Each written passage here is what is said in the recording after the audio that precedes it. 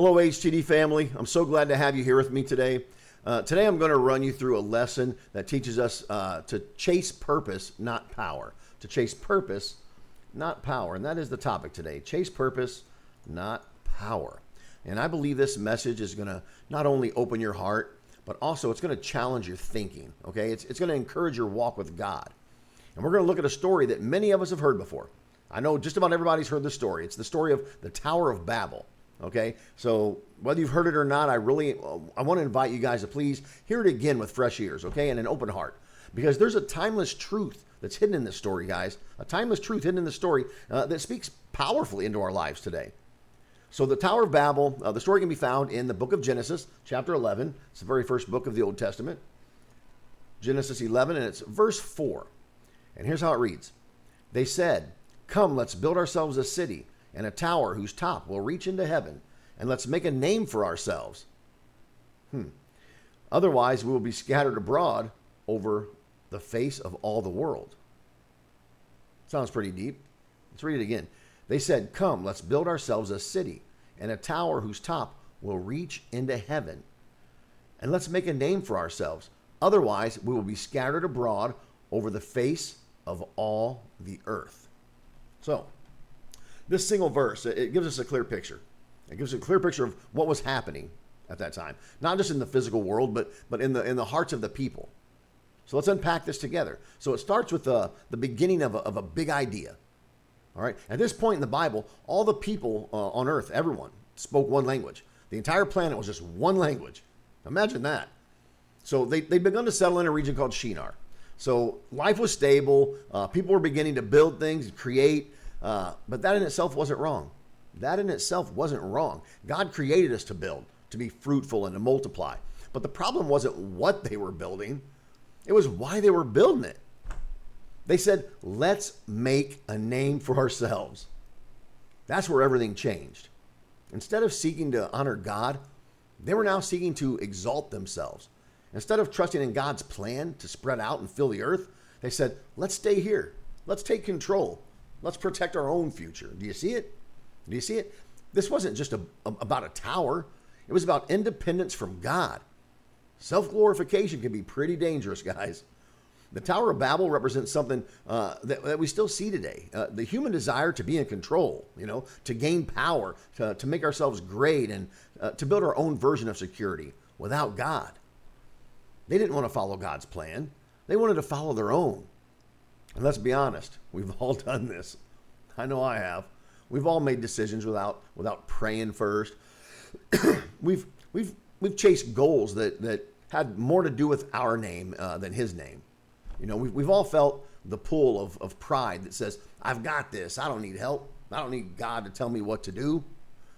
Well, that kind of thinking never leads to lasting peace. It doesn't. It only creates confusion and conflict and even disappointment. And in the story, that's exactly what happened. God came down. He saw what the people were building and confused their language. It was like zap. There you go. The people couldn't understand each other anymore.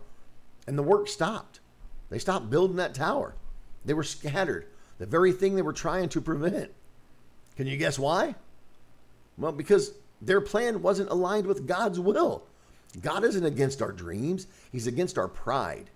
It's important to understand that God isn't against us building things. He's not against our creativity or our progress, but He is against self-centeredness. He's against arrogance and rebellion. When we try to build without Him, without God, we may succeed for a little while, guys, but it doesn't last. I'm telling you right now, it will not last. When we seek our own glory instead of His, we always end up lost and confused. That's just how it works. That's what the Tower of Babel teaches us.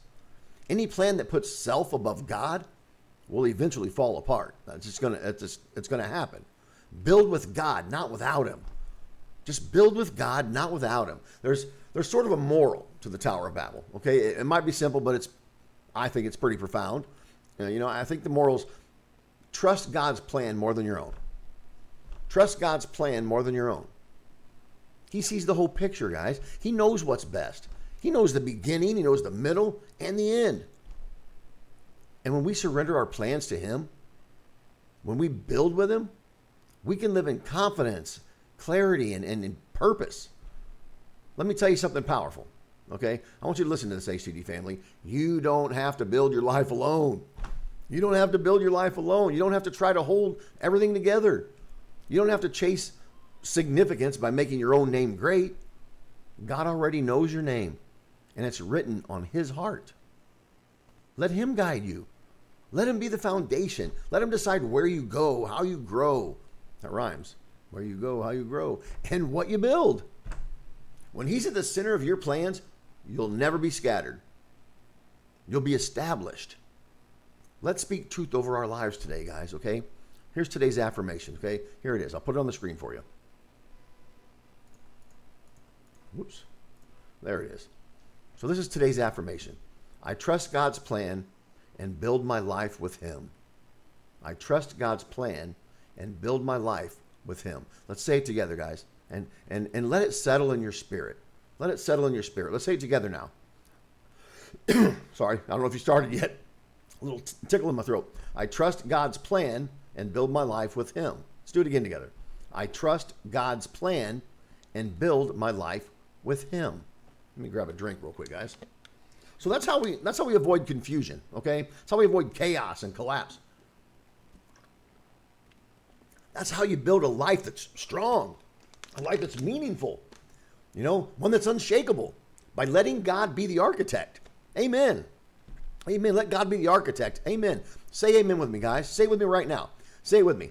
Amen. Type amen in the comments below. Go ahead and type it now. All right, guys. I just want to let you guys know, you know, you're my HTD family. We're all family here. Thank you for walking through this story with me today. Thanks for taking the time out to listen to it, even if you already knew the story.